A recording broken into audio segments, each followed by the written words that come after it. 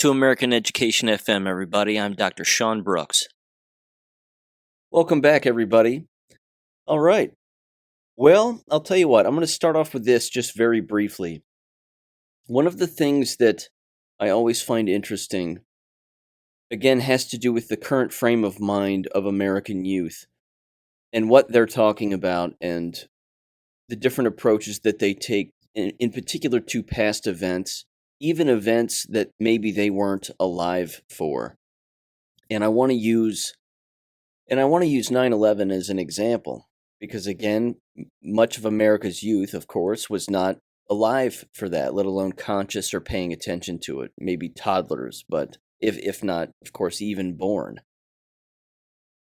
But given the amount of information that exists today and the amount of social media and the amount of videos and the amount of truth that is out there about what really went on that day, it's frankly unavoidable for even in a classroom setting for a student to potentially not question their teacher if they were to bring up 9/11, because we know that a lot of educators would use this opportunity to basically say, well, I was alive then, and here's what happened, and this is exactly what took place. And then all they're doing potentially is just repeating the same old fake narrative about what went on that particular day. Again, the evidence is overwhelming, and I have a video on my BitChute channel, American Education FM, that lays it out in 40 some odd minutes, and it lays it out perfectly. And there are endless videos on BitChute all about 9/11. There were no planes on 9/11. The only plane anybody saw was a CGI'd plane hit the second tower. Again, wasn't even there, didn't happen. And then the Pentagon thing was its own fiasco. No plane parts anywhere. All the explosives were on the inside. Looks like a missile hit it based on some security footage that we've seen and that exists and that's out there. Certainly not a plane. And then in Pennsylvania, very similar experience. A pre-existing hole in the ground in a giant field. And then eyewitness accounts of a missile or a drone flying over top of individuals' automobiles and then crashing into this hole in the ground that was already there. In fact, Google Maps proves that the hole was already in the ground and had been for quite some time. And then all of the fake stories and the media stories and whatever. My question continues to be, and we know, of course, that it was a Mossad operation. That's beyond evident also. It had nothing to do with Islamic terrorists flying airplanes for which they were incapable of flying. I mean, it's preposterous. And then, of course, all the movie rollouts. See, that too is a big deal. You had to have all the movies associated with it because that hardens the entire false narrative in the minds of people. The question that I have from an education standpoint and a K12 university standpoint is how many students are thinking about what really went on that day, investigating it, finding the truth, and then bringing that to their actual teachers. In particular, in the middle of class, basically, or the middle of a lecture where, again, the professor or teacher is basically trying to relive the old days and tell everybody what it was like to live through 9/11. What kind of conflict is going to exist within that classroom based on this subject and this subject alone? I think that's interesting. And I wonder, again, these are the kinds of cell phone videos I'd love to see. I would love to see more knowledgeable students taping themselves, challenging their teachers and professors who happen to believe a false narrative about what went on. And again, it doesn't even have to just be with 9/11. Challenge them on anything. But if you don't, and you know that you're right as a student and your teacher is wrong, then the teacher's never going to learn if you don't bring it up. And you could even bring it up politely before or even after class. Say, Mr. Miss So-and-so, I know that you were mentioning this about this particular event. Again, we'll use 9/11 as an example. And then you look at them and you say, have you ever seen this documentary? And you give them a copy of it, or you show it to them on your cell phone as a student. And maybe you can wake that person up just a little bit. You could even look at them and say, hey, look, I didn't want to create a conflict in the middle of class when you were talking. I didn't want to raise my hand and challenge your opinion on this. But as it turns out, you might be incorrect as to what happened that day, and I would encourage you to watch this. And then maybe they would. Maybe they would even be appreciative of the fact that you as a student didn't challenge them and try to embarrass them in the middle of class.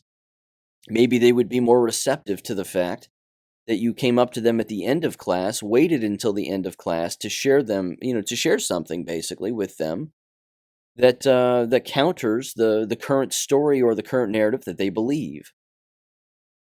So the existence of that entire phenomenon is something that always fascinates me. And I wish it was something that happened more frequently. And I'm sure it does happen with some regularity, but catching it on cell phone video or even recording the interaction between a teacher and a student or a student and a teacher back and forth, regardless of who starts the conversation, I think is remarkably important. And again, would the teacher engage in total cognitive dissonance and run away from the subject? I mean, I don't know. It would depend on the person.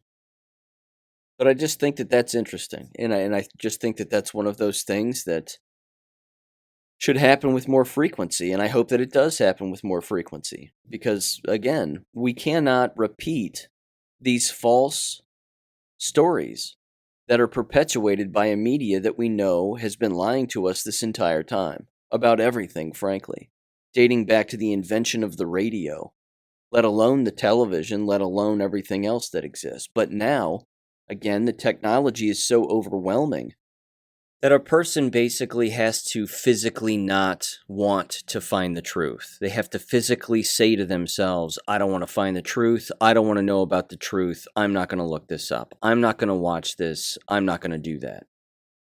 That's where that person's mind has to be in this day and age with, again, all of the tools that we have around us to actually figure out the truth about a great many things. Because once you go down one rabbit hole, as many of you know, that's not the only one you end up going down. And again, if you're a parent and you're listening to this, I've always thought to myself that it's your responsibility as a parent to tell your children the truth about what went on that day and even sit down with them and show them these videos. Because keep in mind, as the parent, you're the ultimate teacher. There's God, there's you, and then there's everybody else. And that's about it. So there's a massive responsibility, again, among parents to educate their children and then perhaps even ask their children to challenge their educators. Because you as a parent probably know more than your educator does about a number of subjects. So why not educate your child on these subjects? Educate yourself first, of course, and be open to that. And then educate your child on it. And then maybe your child can educate your teacher. I just feel like that's one of the only ways forward here. I just feel like we have to put a kink in the hose, so to speak. We have to change the path.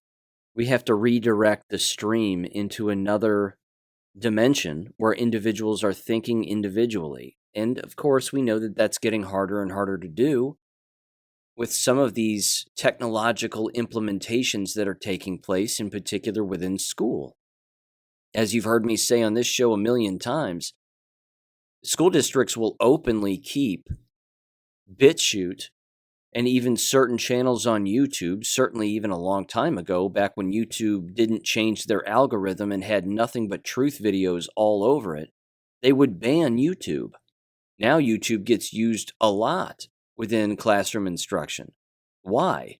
Because they've completely changed the algorithm, and now they know that most of those truth videos are completely banned on YouTube.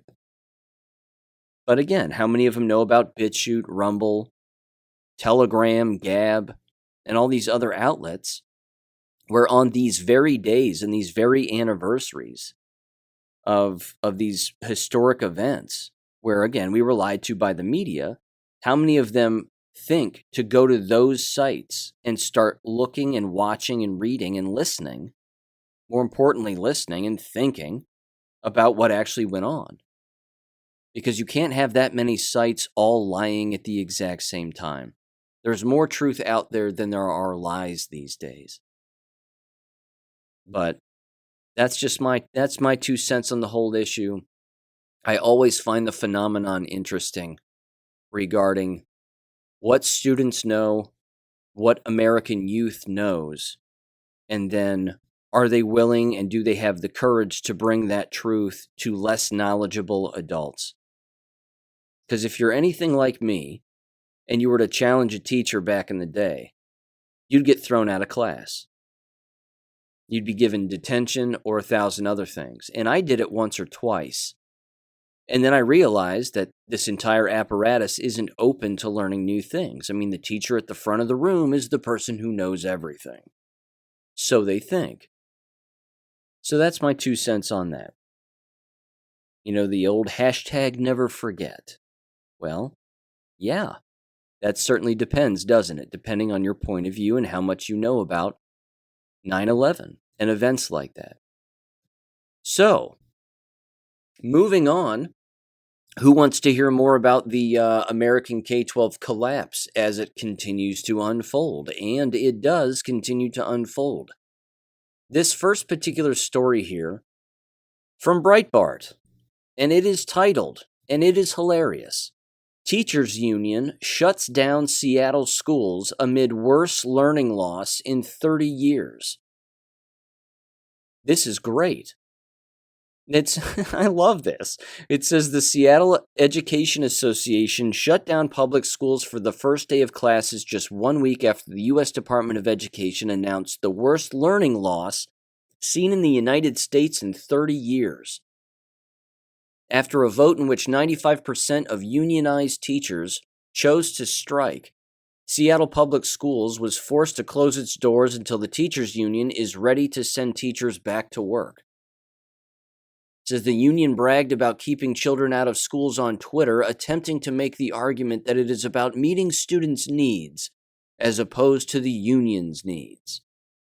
And then, of course, they're making up a bunch of signs that say on strike, multilingual education matters, fair contracts now, blah, blah, blah, blah, blah. It's all about money.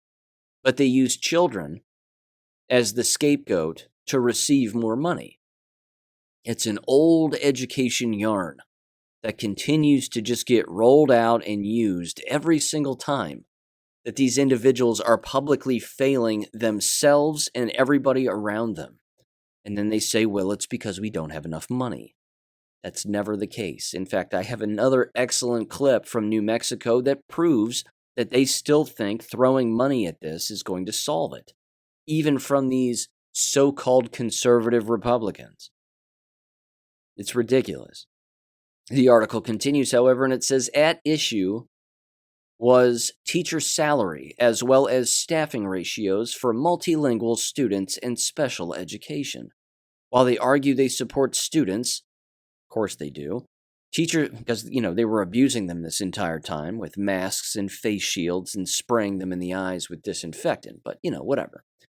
It says teacher strikes typically end up harming students in the process of negotiations with the school district. Seattle Public Schools is the largest school district in Washington state. Quote, while we are disappointed with Seattle Education Association's SEA's authorization to strike, we remain committed to negotiating a new contract with our educators, the school district said in a statement. In February, again, it's ridiculous. It's the same public statement they make, regardless of the state, regardless of the striking. It's the same thing. We all want to work together for the students and the betterment of education. It's embarrassing. They continue here, and it says, in February, the school district announced dismissal education numbers in which only 54% of fourth graders and 51% of eighth graders met or exceeded standards, while fewer than 50% of 11th graders met those standards. Could be the teachers are just stupid. What do you think? Could be that the curriculum is and has always been a lie. And it's very difficult to remember lies and memorize lies. Pretty hard to do that. Pretty hard to succeed when you're not teaching the truth, let alone telling it, and they're not reading it. And then, of course, if you stifle the truth, as I said earlier, what happens to you? This continues and almost wraps up, and it says the district saw closures which the coronavirus pandemic, which were draconian and harmful to students, many of which were pushed and elongated by teachers' unions. Yes, except it wasn't a pandemic, because there wasn't one. It says as Breitbart News reported, President Joe Biden's Department of Education admitted that the primary reason for learning loss was keeping children out of the classrooms. No, that's not true either. It says Tiffany Smiley, the Republican nominee for U.S. Senate, taking on longtime Senator Patty Murray, Democrat out of Washington State. She's an abomination, by the way, former school board member too, and she wrings that washcloth dry every single time she can. I was a school board member. I sit on the education committee. That doesn't mean anything. You're a moron. That's all. You're a moron.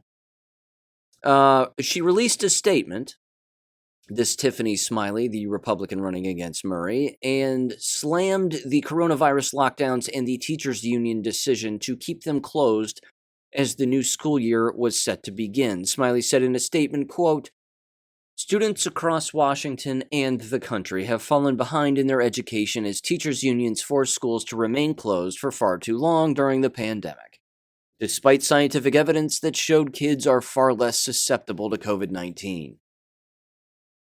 Doesn't exist. There's just shedding from poison.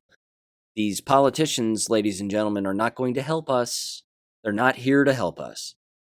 She continued and said newly released data shows that students' reading and math test scores have fallen sharply since 2020, when schools were shut down and our children had to rely on remote and distance learning.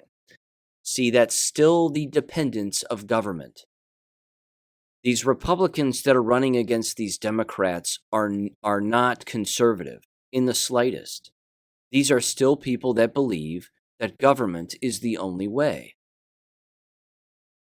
Children had to rely on remote and distance learning. Oh God, they're by themselves. They're incapable of learning by themselves, let alone around their families. What are we to do?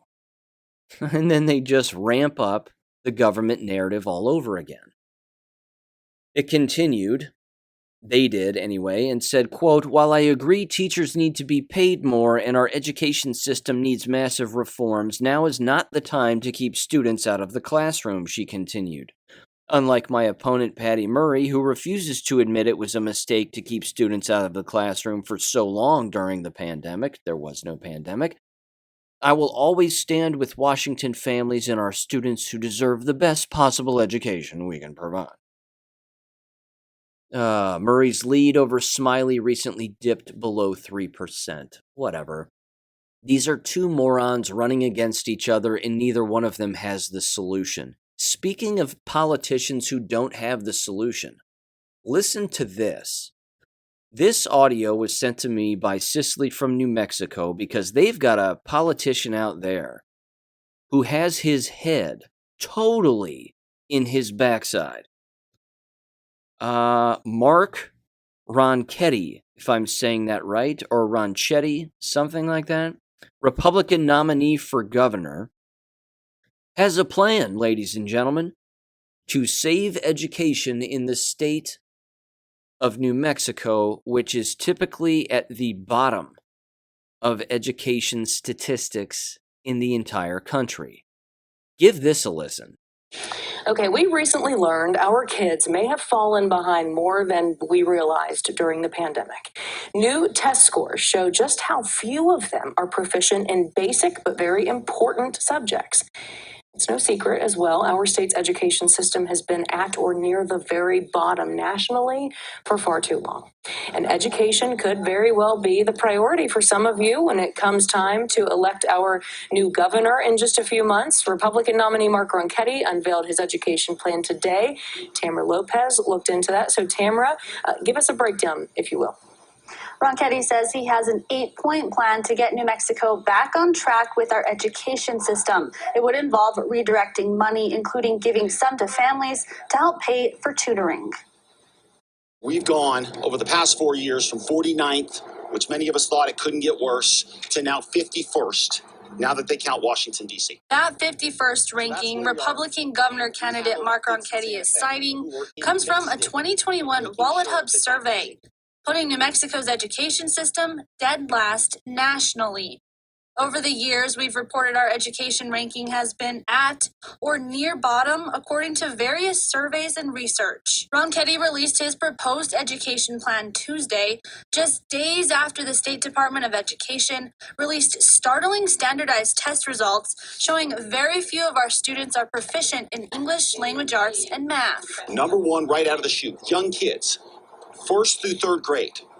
We're going to set them up with a $1,500 stipend to catch them up with additional tutoring right away. Sit down with teachers of their own. We can pay the teachers to do this. Ronchetti claims that pitch would benefit 60,000 kids, and the $1,500 stipend would be in place for 3 years, totaling more than $100 million.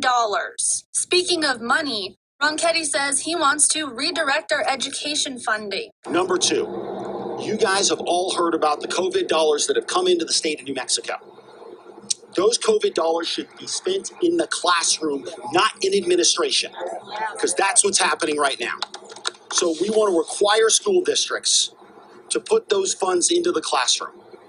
And that will take a change in the law, and we have to push that. While Ronchetti says this is what he would need to implement if elected in November, New Mexico Democrats claim his ideas are nothing new. Well, a plan like that is already in place. We have multiple plans. He basically probably looked at what we're doing and said, oh, let's do this, because a lot of the plans to catch kids up are already in place. So, Tamara, you also reached out to the Lujan Grisham campaign. I mean, what are her reps saying? Tessa, a spokesperson for the campaign, called Ronchetti's plan a dangerous scheme, saying in part it would disadvantage New Mexico's most vulnerable students, especially rural and Native students, and drain funding from public schools by allowing wealthy parents to use taxpayer dollars to send their kids to private schools in cities with no oversight or accountability for how tax dollars are spent. And Tessa will highlight the response from the Democratic Party of New Mexico tonight at 6. All right, we'll check back with you then, Tamara. Thanks so much. I've heard some dumb things in my day. I think we all have we not? That takes the taco. Because what both of them were saying on both sides of the so-called political aisle, which again, let's not kid ourselves, they're the same aisle. They're the same aisle. They just have different names, different colors, different initials around their name. Two heads of the same snake.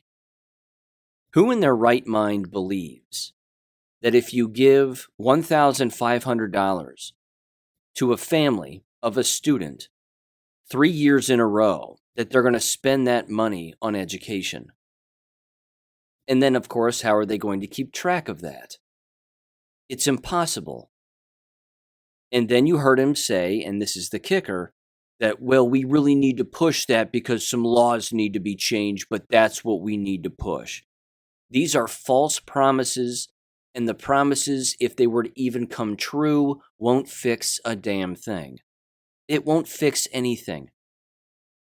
You have school teachers spending their time, more time I should say, making up signs describing how they're going to go on strike and they're going to do this and they're going to do that and complaining about teacher pay and this, that, and the other, all over the United States. Instead of redirecting that energy, all that effort, into actually learning the truth about their own subject matter. See, this is what happens when you lie generation after generation after generation and you believe these lies. You fail. You ultimately fail. Because again, even in this financial situation, which again, the fact that they're throwing money at the problem and they think that that's going to fix it should tell you all you need to know. But when this politician, this so-called conservative guy, actually says that more money needs to be redirected into the classroom, what does that actually mean? What does that mean? Well, it needs to go into curriculum and teachers need to get it. And it needs to be money that teachers can spend on to do what? To do what? To perpetuate the same old lies from previous years, decades, and generations? Much like the medical industry, ladies and gentlemen, it's not about what you know, it's about what fallacy you memorize best and the fastest. Who has the ability to memorize the most lies? Those are the individuals who are the valedictorians. Those are the individuals who have all the medical degrees, by and large. Those are the people that are pushing all the drugs that are killing people, and those are the people that are teaching America's youth. They're just people that believe lies. You've heard me use the word cult in the past. That's what it is. These solutions, quote unquote, that they have are equally as cultish. Because what educator, again, in their right mind would be standing behind this politician from the so-called right, which they are standing behind him, with his signs, with his name on it, going, yeah, we support that. We're conservative educators, and we're holding his sign, and he wants us to have more money so that we can do what we need to do. Well, what does that mean? What are you going to do with it?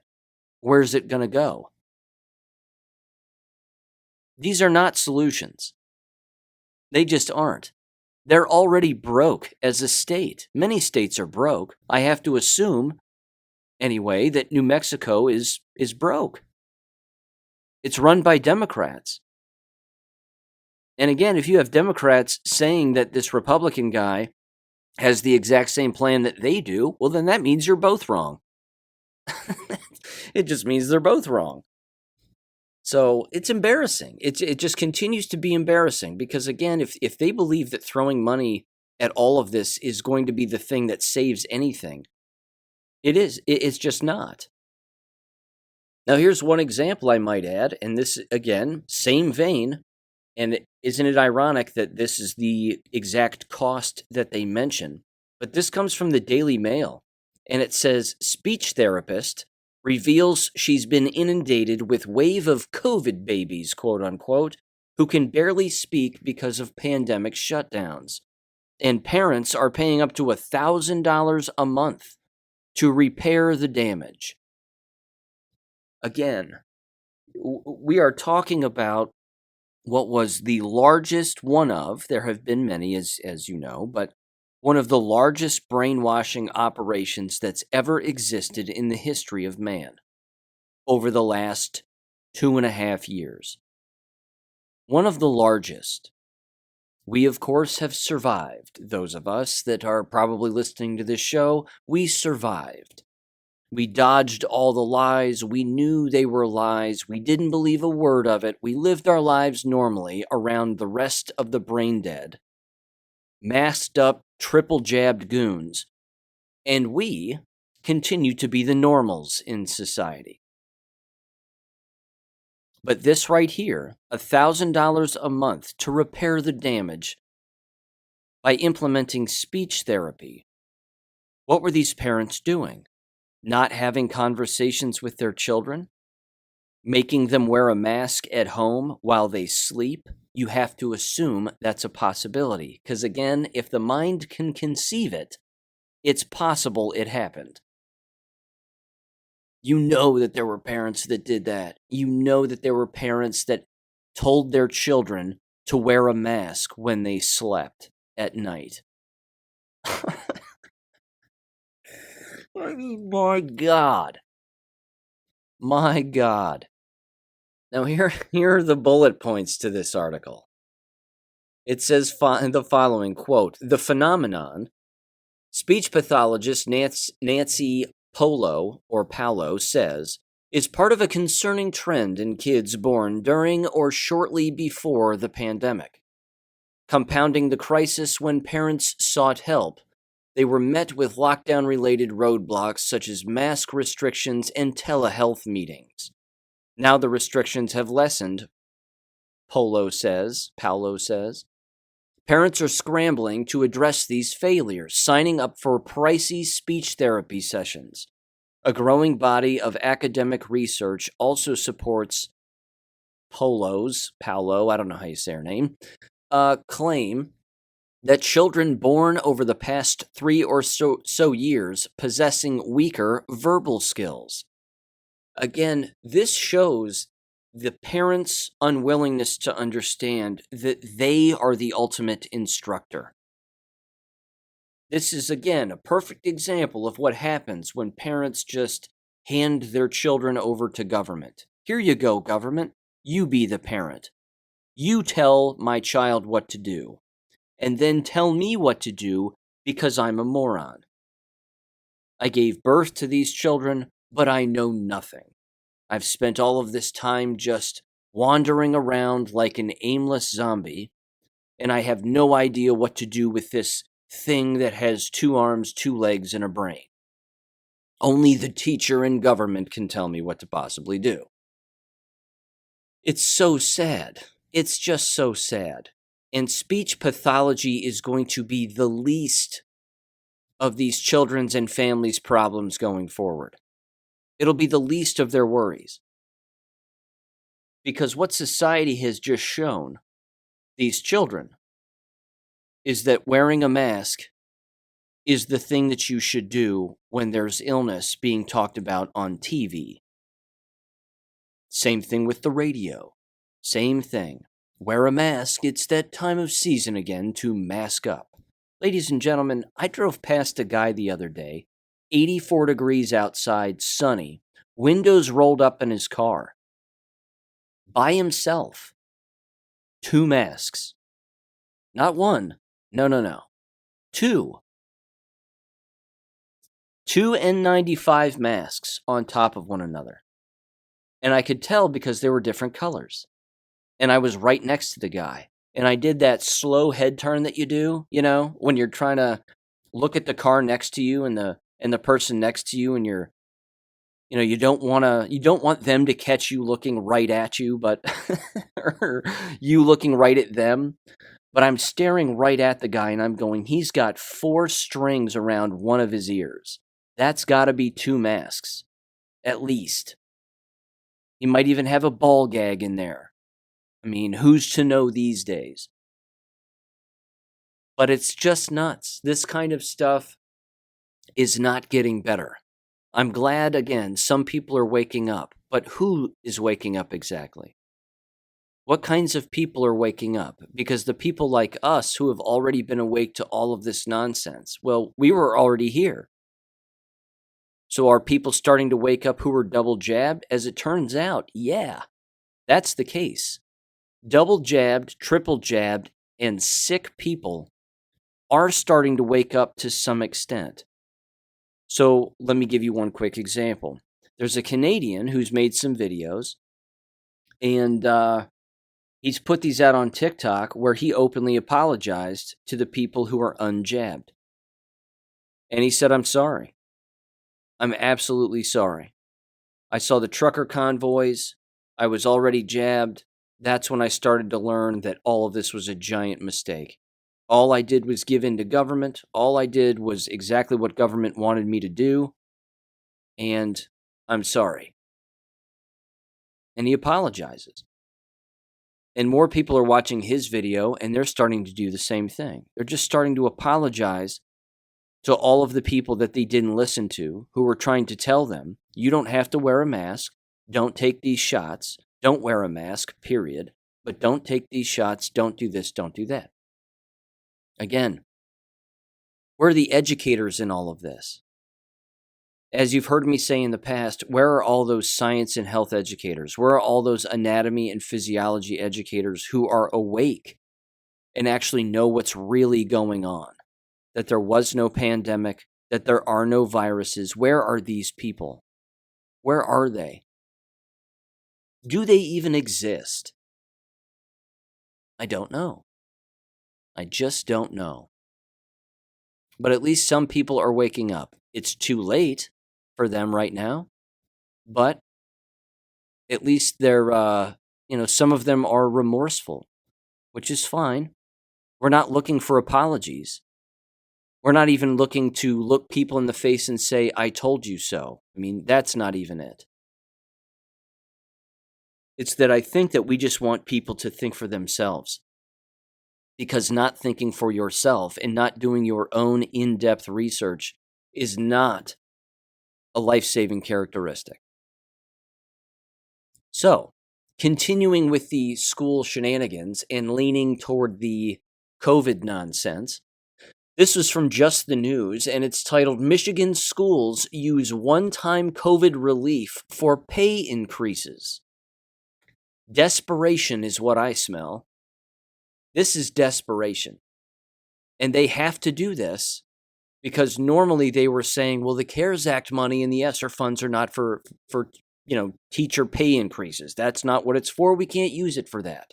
But leave it to Michigan to say, well, our schools are closing and we know that students aren't coming back to these institutions, K12, private, charter, and otherwise. So just this one time, we'll take some of that money that we were going to put in our own pockets as school board members and administrators and whatever, and we'll give it to the school teachers, and that will temporarily fix or ease their minds. Ladies and gentlemen, I remember it like it was yesterday when I taught school and people would say, we're getting a pay increase. I didn't get excited because it wasn't much and it didn't matter. I knew it was just a carrot being dangled in front of the normies, and they would bite and say, well, yeah, it's about time. When you get hired as a school teacher, you're hired under the premise that that with every passing year, you're going to somehow make your way up a pay scale of some kind. And with every passing year, you're just going to be making more money. When was the last time that came true? When was the last time that happened? Now they've got to siphon this money laundering operation and some of these dollars that they don't have right back into the pockets of school teachers temporarily just to satisfy someone. I mean, it's only satisfying the asleep. That's all. It's satisfying the asleep and the people who are only interested in money. They're not interested in the truth or the fact that they're being abused and manipulated. It has nothing to do with that.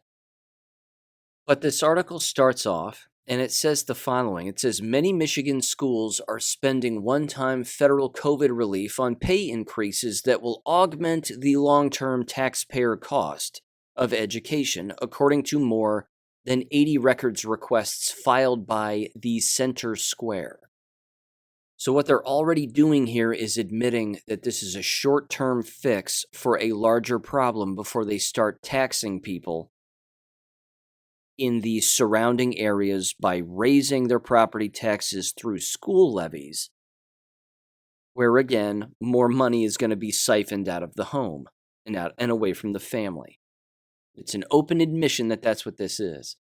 They continue, and it says more than 800 districts are spending $5.7 billion of COVID-19 relief to recover learning loss detailed by dismal state test scores in a federal report that noted the most significant learning loss in decades.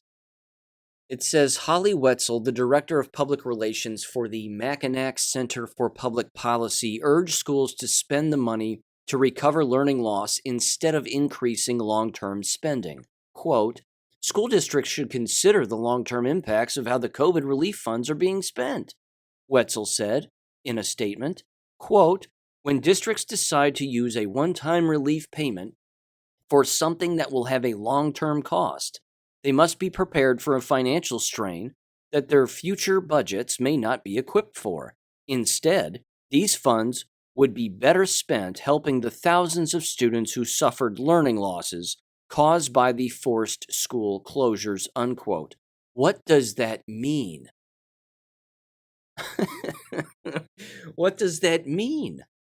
It means nothing. We need to throw money at learning losses, and that's what needs to happen. No. That doesn't fix anything because you have no plan. You cannot recover from time lost where a person wasn't learning. You might as well have been sticking a child in a dark closet by themselves, not talking to them, and they've been quite literally kidnapped or isolated, where they are away from anyone in public. Conversations, media, books, the ability to write, whatever it may be, whatever it is. All of this is a giant money laundering scheme that is continuing to be played out by both political sides. And they have no plan. Because there isn't a plan, because there can't be a plan. There can't be a plan for throwing money at trying to recover some alleged learning loss. None of it makes sense, because it just doesn't make sense. It continues and it says the Detroit Public Community Schools District credited its few teaching vacancies to using COVID-19 funds to hire a teacher bench to compensate for retirement and resignations, as well as raising pay. Quote, unlike other districts, we are not experiencing teacher staffing issues, said the DPSCD superintendent, Nikolai Vidi. Quote, the district has only a few schools with more than one teacher vacancy and only about 30 teacher vacancies district-wide due to last-minute resignations. This is due to our increase to teacher salaries over the years and the development of our own teacher pipeline. Our staffing challenges rest with hourly employees, mainly cafeteria workers. However, these vacancies will not impact the serving of student breakfast and lunch at each of our schools. I don't believe that for a minute.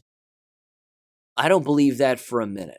Who would believe the superintendent of Detroit City Schools on anything? I mean, geography alone would imply that there's no way they're telling the truth. It's Detroit. They say that their average teacher's salary is $8,000 higher than the average teacher's salary in Michigan of $64,262, according to a National Education Association report. In 2017, the DPSCD said it had over 400 teacher vacancies, or 12% of schools were fully staffed, but says every school will be fully staffed with teachers this year. Isn't that hilarious how they always say that too? They always say that they don't have teacher staffing shortages or staffing issues. They don't have money issues. And then sometime during the summer or right before the end of the school year, they'll say that they have issues. But then right when school starts in the fall, they go, no, we don't have any issues anymore. They just disappeared. They just magically found human beings to inhabit all of these teaching positions. Do you know what that means? It means that they're hiring people who aren't qualified to teach anything. They're just hiring bodies. They're driving along the road and they're going, hey, that's a well-dressed body. Let's scoop them up, throw them in our van, and we'll drive them. And as we're driving them to the school district office, what we'll do is we'll basically tell them what we're offering them. And if they deny it, we'll kick them out of the van. But if they take it, we'll fill the vacancy in the meantime. What they're not telling you, and they won't tell you, is the constant turnover rate that happens throughout the entire year. Don't even get me started on the jabs, because that has its own element, which we have yet to fully see in action nationwide, which we're going to see again more publicly this school year. It happened last school year. Again, you had teachers leaving because of the jabs. Sick, dead, couldn't find subs, you name it, I've covered it here already. That's going to get worse. But they never want to tell you that, and they're not going to tell you that. A spokeswoman for the district, Crystal Wilson, said staffed teachers and family engagement are together, quote, the most important factor in raising student achievement. Our schools are also spending COVID funds hiring additional staff and learning specialists, but it's unclear whether the spending is temporary or long-term. If you don't have staffing problems, why are you using CARES Act money to hire people? I thought you didn't have staffing problems. Weird. It's almost like you're lying. It's almost like they're just lying. For example, Saginaw Public School District plans to spend $44 million of its $64 million of COVID relief on reclassifying teachers. Benton Harbor area schools spent $2.5 million on pay increases for elementary, middle, and high school teachers who taught during the pandemic. The ongoing spending increase follows the school district nearly shuttering in 2019. But thanks to nearly $47 million in COVID-19 relief, BHAS flipped its $18 million debt in 2019 to a $3.1 million surplus. And $3.1 million, ladies and gentlemen, in a school district is next to nothing. That money will be gone in a heartbeat.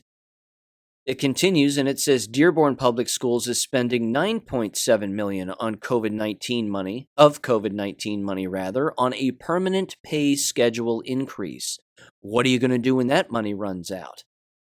That's right, tax the property owners. Tax everybody in the district who has a beating heart. They continue and they say, in conclusion, this increased pay schedule will later need to be funded through general fund dollars, unquote, a DPS spending breakdown says. Translation, we're going to tax the living hell out of you as soon as this money runs out, and it'll run out real quick, like the next 9 months. Which, of course, now leads us to the jabs and the whole jab situation, because a lot of that money that they claim they have a surplus of is going to be used on substitute teachers. Because the jabs. That's all. It's because of the jabbed. The teachers, administrators who all got jabbed, and them becoming very, very ill and dying throughout the coming years. This is also why, and they don't know it. They really don't know it, but you've heard me bring this up again, their own self-described quote-unquote teacher pipeline that they're creating. They're creating it because they know that less and less students of young age are entering teacher education programs. They have to have their own pseudo-pipeline, so to speak. Not to mention, it's not a good visual. Let's use a different word than a pipe, okay? If you're pulling these people out of a metaphorical pipe, I'm not sure that, they belong around children, let alone perhaps society as a whole. How clean are they? How knowledgeable are they? You get what I'm saying. So, just a little PR tip, I would get away from the use of the word pipeline. You might as well say sewage tank. It's kind of the same thing. Either way, they know that they're not getting them from teacher education departments because less and less people want to be teachers, and teacher education departments are failing in their enrollment. That's a thing. That's continuing to happen. So I don't know where they think they're going to fix this in the short and or long term, financially speaking. And I know that I've talked a lot about finances here in this particular episode, and it needs to be brought up because you're talking about the largest waste of money that we've all watched in the entire history of American education. What's taken place over the last 2 years is the largest money laundering operation in the history of American education. And of course, speaking of money laundering, it's jab time, ladies and gentlemen. So here's the latest from the jab avenue. Let me start off with this audio from the most recent episode of the 5 Docs. Dr. Larry Palevsky hits it out of the park. Dr. Larry Palevsky knows that viruses are not real, that there is only poison. You've heard me, of course, bring that up on numerous occasions. I'll keep mentioning that. There's no such thing as the flu. There's no such thing as quote-unquote COVID. These are just poisons that are concocted, tossed into a syringe, And then the public is tricked into taking them, and then they get sick and they wonder why. That's all. It's quite literally that simple. Here is audio of Dr. Larry Palevsky basically saying just that in the most recent episode of The 5 Docs on the Critically Thinking channel on Rumble. And you're going to hear him talk first, but then you're going to hear Dr. Tenpenny, Dr. Sherry Tenpenny. And I want to play her audio too, because this back and forth that they have, I think highlights a massive problem in the entire scheme here. You have individuals like Tenpenny who are repeating the false narrative of viruses, strains, variants, all of it. And Dr. Larry Palevsky knows that it's not real. He knows it's fake. So I want you to listen to the two of them here because they give it away. They give away what their differences are here. And again, objectively speaking, it can't be both. So which is it? Are we going to believe the mainstream narrative that the flu is real, strains are real, all these variants are real, all these weird names they give them and numbers and initials and whatever else? Are we believing all of that nonsense? Or are we believing what Larry Palevsky says, which is it's just poison? So give this a listen. What I wanted to say, based on what you were saying, is please watch your kids. Please protect your kids. There's more and more evidence coming out about these shots not having anything to do with mRNA, which, if you remember way back in one of our 5 docs, or many of our 5 docs, I said, please don't focus on mRNA. Please don't focus on spike protein. I believe there's much more in these shots. And more is coming out showing that there may not even be any messenger RNA in these shots. And of course, that leads us back to the graphene oxide, which La Quinta Columna did an amazing job with, and with the nanoparticles and the hydrogels. And this stuff is being transmitted from person to person. They've known about it. They've planned it. If you go back into the literature, you'll see all the stuff about self-spreading vaccines, whatever that means, for the purpose of depopulation. So please be careful. Flu shots are going to contain the product that's in the COVID shot. Again, it's not a vaccine. It's not a vaccine. It's not a vaccine. No, they haven't approved that one yet, Larry. They've approved the bivalent one, which because I just did a thing on it Monday or Tuesday on my since I didn't do a podcast on Monday morning, I did it on Tuesday. And one of the things that we talked about was the bivalent COVID vaccine, which is pretty interesting because the COVID, they've got one strain of SARS-CoV-2 Wuhan strain that doesn't even exist anymore. And then they've got one of two. Now just stop it. That's really rude. No, I'm not talking about that. Go ahead. My body needed to dispel the trauma of hearing that. So I just went like that. Go ahead. And so then the second strain is either an Omicron strain BA4 or an Omicron strain BA5. So you're not going to know which one it is. And they've never tested these strains together in anybody or even animals. And you remember when and yet we're going to be giving people COVID bivalent shots for viruses that aren't even around in existence anymore. And they're trying to get the COVID shot and the flu shot together, which they haven't passed it yet, which that will be, in my opinion, an automatic antibody-dependent enhancement. People will drop over dead from that shot. Okay. Absolutely drop over dead from that shot because the leaky shot and the other, they just will. It will be so bad. And then the thing with these bivalent COVID shots, remember, Larry, back in the day, this was, I don't know, however many years ago, that when they went from the normal trivalent flu shots where they had, 2 strains of of influenza A, and one of B. And then they decided to add a second strain of B, and they went to the quadrivalent ones.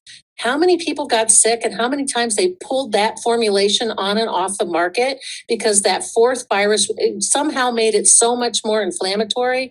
That virus plus whatever else they had to have in there to attenuate it. They pulled those quadrivalents off a lot until they got it right, because now it's mostly quadrivalent flu shots. Well, here's 3 strains of something that's never been tested together and never been tested individually. And yet we're going to put them together. And oh, by the way, you can get your flu shot at the same time. I mean, how much more dastardly does it need to be about killing people before people get that this is just about killing people? I don't know. It really annoys me. Do you see what I mean? Tenpenny's, again, running with the mainstream narrative. There's variants, there's this, there's that, there's all these different strains, and finally, they got the flu strain correct, and blah, blah, blah, blah, blah. Now listen to Larry Palevsky's answer and his response to what she just said, because she doesn't have a retort. She doesn't have any response to what he says. Again, when you tell the truth, you don't need a good memory. The truth always lies in the explanation that requires the least amount of assumptions. The more simple it is, the more truthful it is. The more complicated and convoluted the answer is and the explanation is, the more false it is. So now listen to Dr. Palevsky's answer, because he's 100% right. As it should annoy everyone, because I don't believe this has anything to do with viruses in the vials. I believe this has everything to do with more poisons in the vials. And remember the rumblings that happened around the fall of 2019, where the flu shots supposedly contained the graphene oxide and the hydrogels. So the whole idea that this is a vaccine against a bacterial or a viral infection, I think, has proven over the years, especially with COVID, to be a farce. And so I believe that this is not about playing an attempt to protect you against an organism. This is an attempt to poison you. And, one of the, when Ty Bollinger interviewed me and I know you were interviewed as well, for The Truth About Vaccines, he asked me about the flu shot. And I said, people don't get the flu when they get the flu shot. People get sick because they're getting rid of poisons that were injected into their body from the flu shot. That's why the body gets sick. It doesn't get sick because some virus is caught by your nose. I mean, you are never not exposed to genetic material of microorganisms. You get sick because your body needs to purge a whole lot of poisons that you either inhaled, ingested, or injected, or absorbed. And I think that whatever viral material that there may be is a distraction from what material really is in these shots. And that's what's helped me, because over the years, I've wondered, how do you get kids who completely lose speech, eye contact, socialization, self-control, self-regulation, pain thresholds? How do you get that? There's got to be something so serious that's being absorbed into their brains. And if you remember back, if you look at the whole thing about nanoparticles and emulsifiers like polysorbate 80, they are specifically designed to target certain brain tissue when used to get drugs into the brain. So I'm sorry, but this idea that we're being injected against a microorganism is and has come to really be my great understanding. That has nothing to do with preventing infection and has everything to do with limiting your immune system's ability to have any strength at all, if not to destroy your immune system. So I think we're going to come to the same conclusion, whether we're talking about strains of viruses or not, because this has been a multi-decade attempt to kill the human race and disable the human race. Because we've had the retrospectoscope to see it.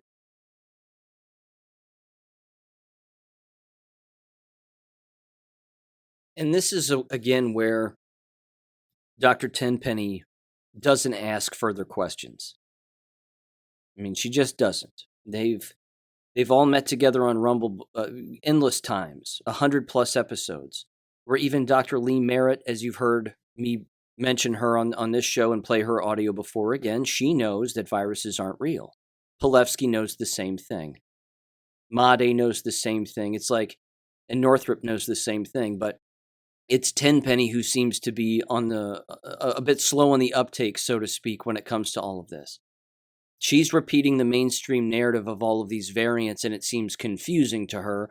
Pilevsky gives her the truthful answer, and she has no answer. She just goes, well, it's just evil. It's just all evil. Yes, it certainly is.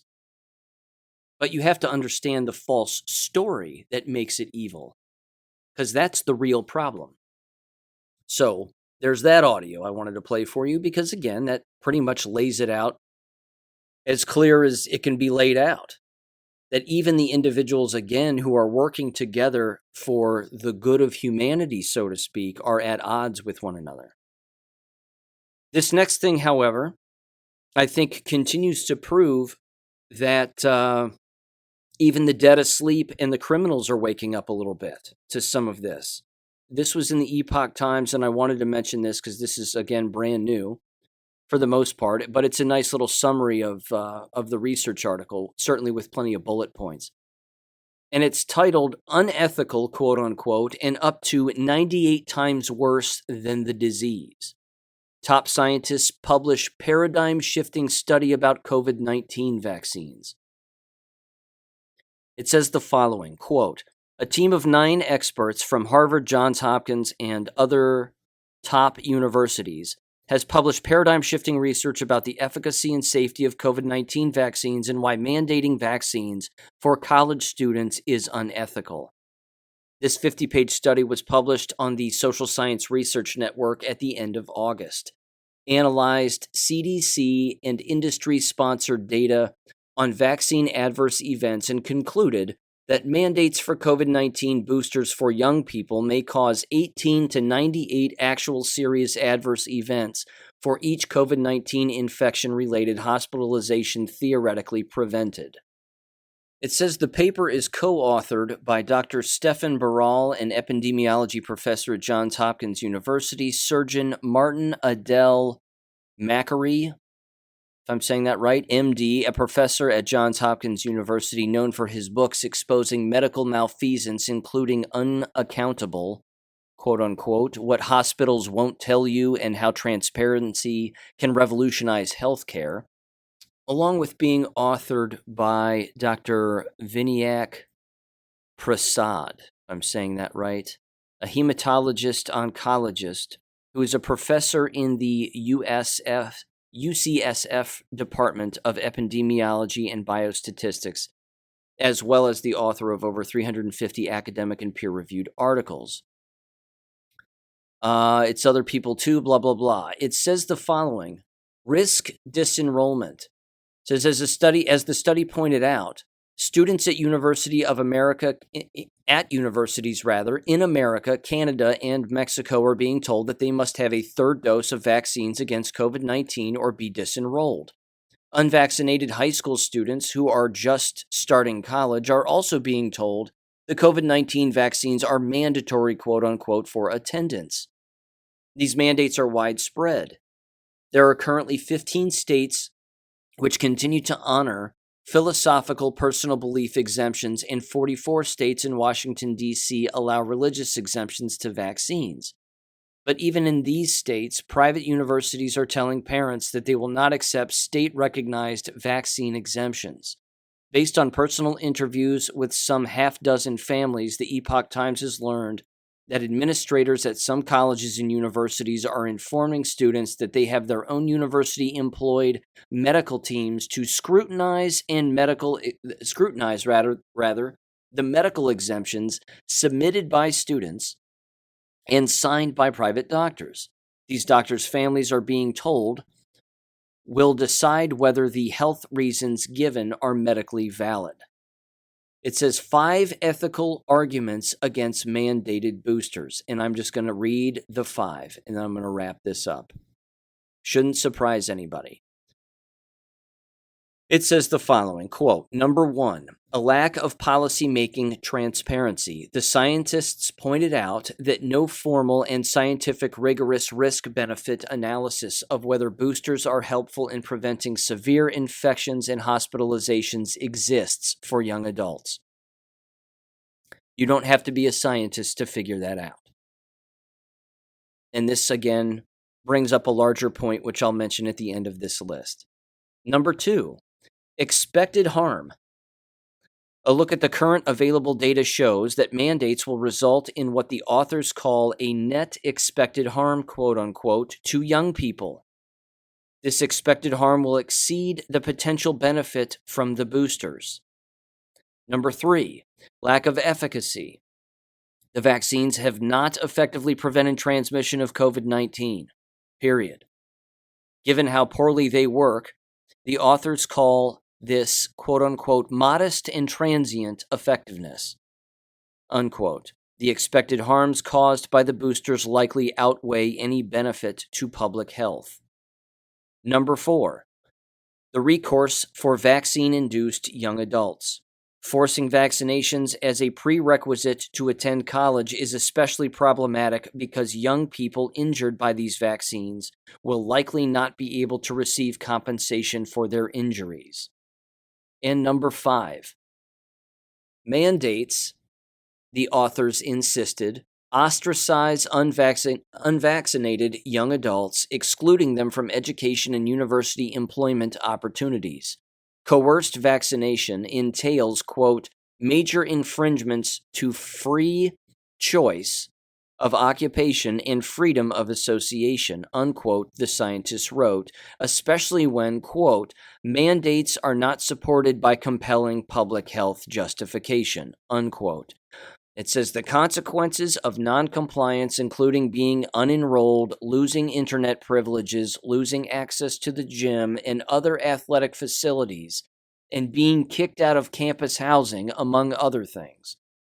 These punitive approaches, according to the authors, have resulted in unnecessary psychosocial stress, reputation damage, loss of income, and fear of being deported, to just name a few, unquote. How about death? How about that one? How about permanent injury to these individuals and death? Ladies and gentlemen, the article just goes on and on and on here. 22,000 to 30,000 previously unaffected young adults must be vaccinated to prevent just one hospitalization. That's another giant bullet point they have. Mandated booster shots cause more harm than good. Another one. And it says, may the force be with brave scientists. Okay, I'm going to wrap this up. Here's my final point. You don't have to be a scientist to know this. You don't have to rely on scientists to know this. It's basic dot connection, pattern recognition, and the ability to recognize when you've been lied to. That's it. You've heard me say this a million times. We have to be our own doctors. We have to be. We cannot rely on the words of scientists when they happen to figure it out at a particular time and choosing of their time and choosing. We're years after all of this. The shots have already had their damage. The FDA has already come out. You've heard me mention this, but the FDA has already come out as of September 9th with their recharging your immunity picture. As if to say that if you're 3 shots deep and you're feeling weak, that's because you need to recharge your immunity with another COVID booster. Tenpenny was right They want you dead. That's the whole scheme here. Keep inoculating yourself and your children until you're dead. And then you won't figure out why. Hashtag recharge your immunity, it says. Again, you heard me mention that based on radio ads that they keep playing. Recharge your immunity like you recharge your cell phone. When your cell phone runs out of power, you need to get a booster shot. Just like plugging in your cell phone, getting a booster shot's going to recharge your immunity. Said no one with a brain. With all of that said, and the casualties that do exist in war, I am optimistic in that I know that the Patriots are in control regarding a lot of positive things. Too many coincidences. The Queen of England dies exactly, or publicly, I should say. She's been dead for a long time. I know I'm shifting gears here to close out this episode, but bear with me. Exactly 1,776 days from the first Q post to the day that the Queen is said to be dead. 1776 days. What are the odds of that? From the start of COVID on March 11th to the day that the Queen is told, or that we are told that the Queen is dead, is exactly 911 days. 9/11. There are certainly good guys in charge, and there are certainly numerous psychological operations taking place. There are also casualties in war. So it doesn't mean that we just sit around and do nothing. I don't think anyone ever suggested that. If people misinterpreted, again, all of those Q drops and a lot of other things that way, I would say that was their fault. They misinterpreted that. It doesn't mean sit around and do nothing. It means quite the opposite. It means get your ass in gear and start to figure things out. So let's keep paying attention to the trends. Let's keep paying attention to the patterns, and keep paying attention to the people around you and the things that are going on and the stories that you're hearing. Again, I'm hearing a bunch of different stories of people getting sick. Again, when they wouldn't have normally gotten sick. Cancers, people passing away, a number of different things that I'm hearing from a number of different people. And I just think this is going to continue to ramp up. In particular, of course, with the seasons changing and people being driven inside more often, this is going to increase with time. And of course, we're getting closer to the election. So heads on swivels, to say the least. Ladies and gentlemen, I'll catch you on Wednesday. Take care. Thank you for listening to American Education FM. Make sure and check out AmericanEducationFM.com for more information. Take care and God bless.